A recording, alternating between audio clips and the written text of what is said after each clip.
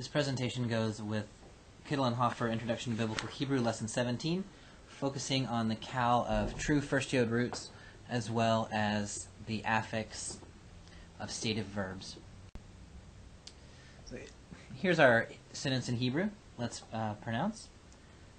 Adonai li lo ira ma ya'aseh li Adam. Adonai li lo ira ma ya'aseh li Adam. Okay, so we start here with our proper name. We've known this since the first lesson. This is our name Adonai, or the Lord. We can also identify this noun here at the end, meaning man, Adam. Here we have two occurrences of li. Of course, li is the preposition lamed, plus the one common singular object suffix, li, meaning to me or for me. Here we have interrogative particle, ma. Ma means what. And then finally we have the negative particle, lo, meaning not. If we put it all together, this is what we have. We have everything actually identified except for our two verbs. So let's start with this verb, ya'aseh. If we want to parse ya'aseh, how would we start? Well, the root is fairly clear here. We have a third hey, and we have this segol. So the segol hey is the typical ending of the third masculine singular prefix of the third hey form. So our root is simply ein sin hey, asa, which means to do or to make. Now the form is indicated, of course, by this prefix here. So we know immediately that we are in the prefix form. We can also tell here that the person, gender, number, we have a yod prefix with no complement. So that means that this verb is third masculine singular. Now we need to identify the stem. We have here a patach under the prefix, which is something we haven't really seen before. So we need to explain why there is a patach there. Now if we take our typical third hey root, yivne, then take the vowels and put them on the root ein sin hey, asa, we would have this hypothetical form, yiseh. Now here we have a simple schwa underneath a guttural, and as you know, gutturals prefer a patach-rich environment. So instead of a simple schwa, we're going to have this composite schwa. So now we have a hypothetical form, yi'aseh. Now this hirek does not like to stand next to that ah class vowel under the ein. And so what it's going to do is resolve itself sympathetically to a to a patach under the first under the prefix. So we get ya'aseh. So our stem is cal, and the reason for that ah class vowel is because of the first guttural there. Special features, we have none. So this means third masculine singular prefix of asa in the cal, he will do. So we can add he will do into our sentence, and that leaves only one word left. Here's our second verb, ira. This is a strange looking word based on what we know so far. So ira, what is this? This verb belongs to a class of first yod roots which we haven't learned yet, a second class of roots. These are actually true first yod roots, and we will talk about what that means at another time. So this is a class of roots beginning with a yod, which is different than the first yod roots we have learned in the past. So previously we've seen first yod roots that lose their yod in the prefix form. So for instance, the root yashav in the prefix is yeshev. That yod, of course, is the prefix and not the root letter. Yerad, yered. In both cases, we have the prefix yod, but we have lost our root letter yod. So this second group of first yod roots retains its yod in the prefix form. So, for instance, the root yod tet vet yatav, meaning to be good, becomes hypothetical form yitav. If this is simply on analogy with yif code, except with an a class vowel, which we'll talk about in a minute. It's because this is a stative verb, to be good, yitav. So the hypothetical form here, we've got our yod marked, the root letter yod.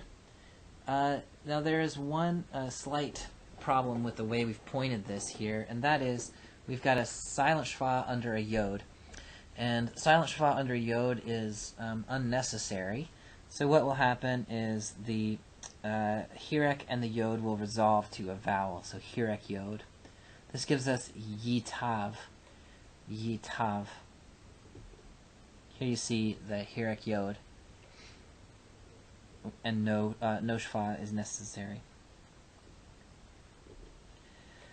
Another example of this is yirash, to inherit.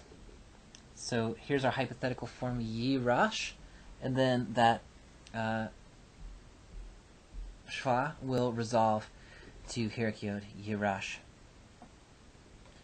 Another verb that functions this way is yara, to fear.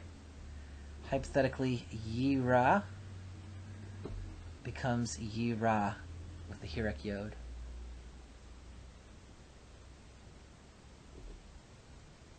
Notice also that here we have a kametz instead of a patach. The reason we have a kametz here is because the following root radical is an aleph, and as we've seen, aleph tends to lengthen the vowel that is in front of it.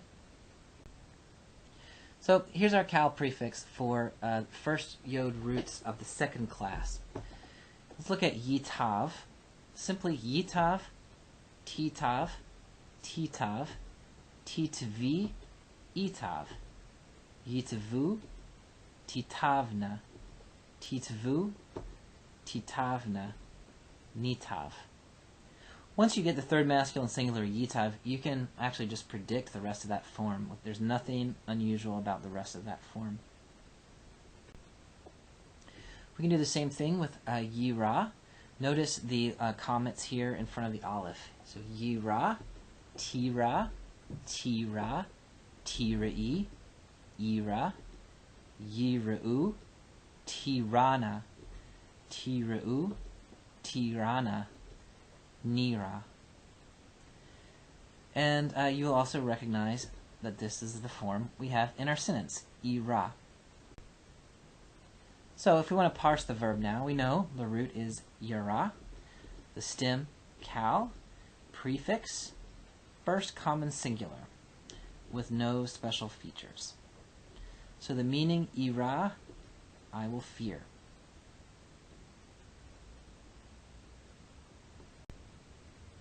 So if we put this into our sentence, then this is what we have. And then our job is to make sense of what all of this means when we put it together. Now we actually have a couple of different clauses here.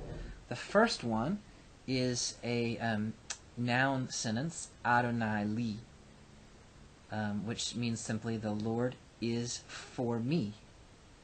Then we have lo ira, I will not fear. Ma ya'aseh li adam, what will a man do to me? So, Adonai li lo ira, ma ya'aseh li adam.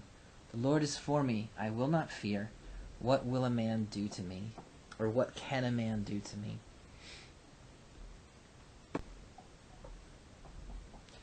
One last thing we need to discuss in this lesson is the cal affix of stative verbs, verbs that express a state of being. Until now, we've learned the vowel pattern of the cal affix as a. So we have pakad with a kametz and a patak, or halach, or amad. Now there are actually two other classes of the cal affix. The one we've already learned is called A class, and it's the most common class. Almost all verbs are A class, but we do have some verbs that are E class and others that are U class. So E class E class verbs in the cal affix, for instance, kaved. Here you see we still have the comets, the marker of the cal, but instead of the patach in the second syllable, here we have a tzere. So E class, kaved. We also have U class vowels. These are very rare, actually, but we do find them. So, for instance, katon. Here we still have the comets of the cal affix, but our second vowel is an O. So, E class, kaved, U class, katon. Now, the meaning of these verbs tends to be stative. That is, they are expressing a state of being rather than an action. It's not always true, but it's a good rule. Kaved, I am heavy. Katon, I am small. So stative verbs tend to be E class or sometimes U class. Now if we look at the cal affix paradigm for E class, we have kaved, which we've already seen has its E class vowel.